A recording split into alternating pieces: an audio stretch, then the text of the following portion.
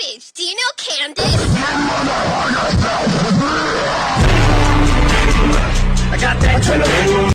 So fun fact, the outline of this script has been on my phone ever since they revealed Venom The Last Dance over a year ago. Well, better late than never. So Life is a comedy starring Eddie Murphy and Martin Lawrence, released in 1999, where they're falsely accused of a crime and spend their time in prison. And the shit's hilarious. Oh, motherfucker, you can't have my cornbread, that's for damn sure. And Life is a sci-fi horror film starring Jake Gyllenhaal, Ryan Reynolds, and Rebecca Ferguson. Released in 2017, that's a slightly better Alien movie than the actual Alien movie that came out that same year. So, like I mentioned in the beginning, when Venom The Last Dance was announced, this movie popped in my head, mainly because this scene of symbiotes coming to Earth unlocked a long-forgotten memory of this movie. Well, not the movie itself, but more so the fan theories and discussion around it. And since it's infested my brain, I can't get it out, I'm going to talk about it or it's going to keep bugging me. Now, I'll talk a bit about the movie, but I mainly want to focus on the online discourse people were having prior to its release, when we only had the trailers to go off of. And the big theory amongst fans at the time was that Life was secretly a prequel to Venom. And really, that's all this movie is remembered for. That's assuming you remember it at all, because it's really not memorable. Again, I'll get to the movie soon. But first things first, I want to go online and see if I could find some posts from back in the day of people speculating that this is related to Venom. And after a quick Google search, I found plenty. Hell, I even checked out some reviews from around the time of its release and found them mentioning that it wasn't related to Venom. So yeah, thankfully, I wasn't crazy, and this did in fact happen. It was just a flash in the pan, and the theory fizzled out as soon as the movie actually released. So I'm gonna take you back in time and talk about the reasons why people thought this was secretly a Venom prequel. Because it was a pretty interesting few months, and honestly was one of the only main reasons why anyone was talking about the movie in general. So let's just get into it.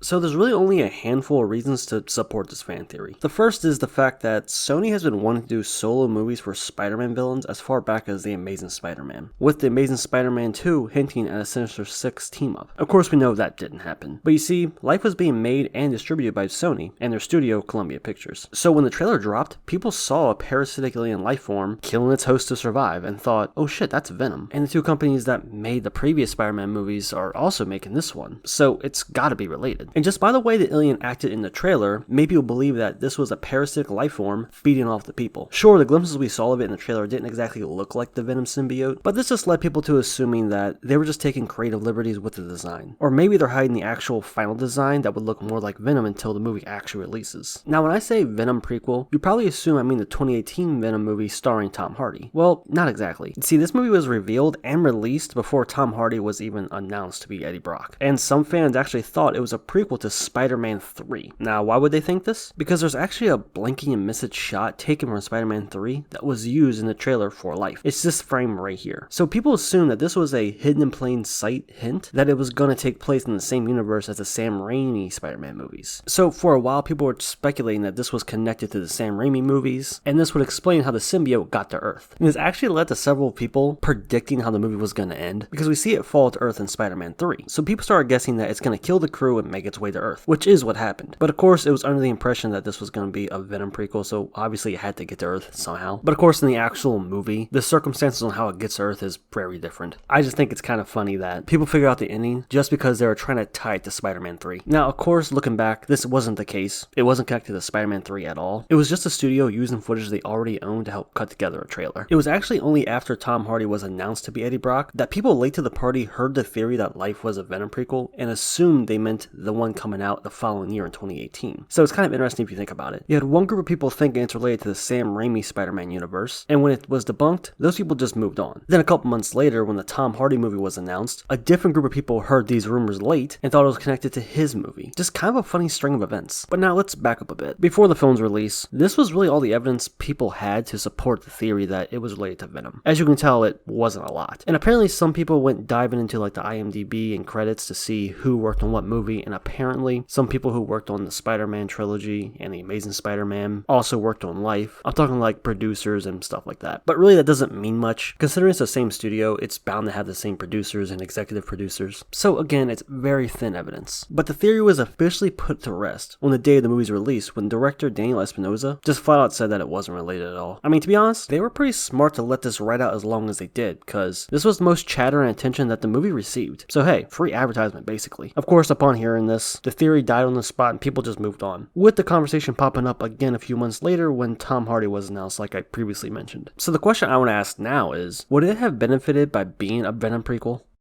Nobody's leaving this house until I find out who stuck their finger in my asshole.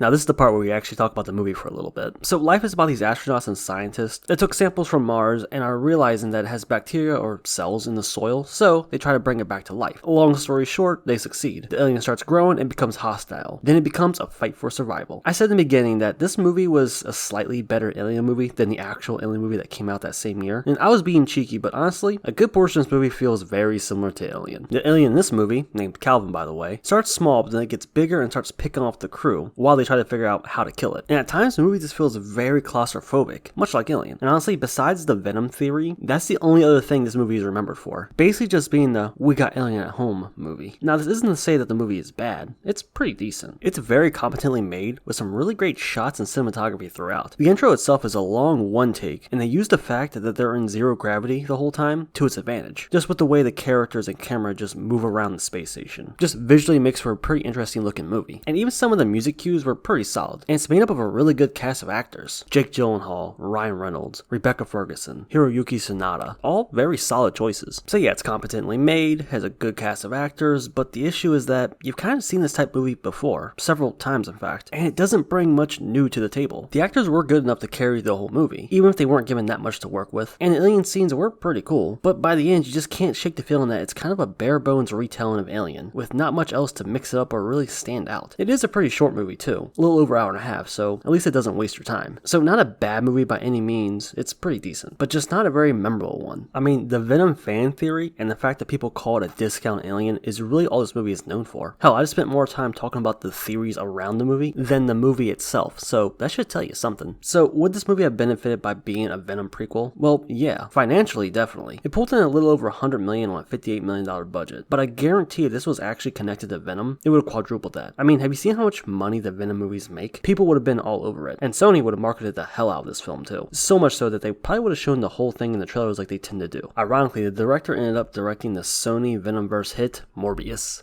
Time to die! No, it's Morbid time.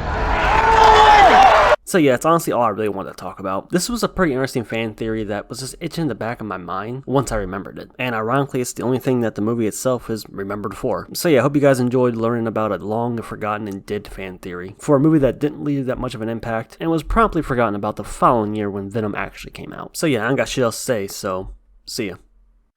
It would be so awesome. It would be so cool.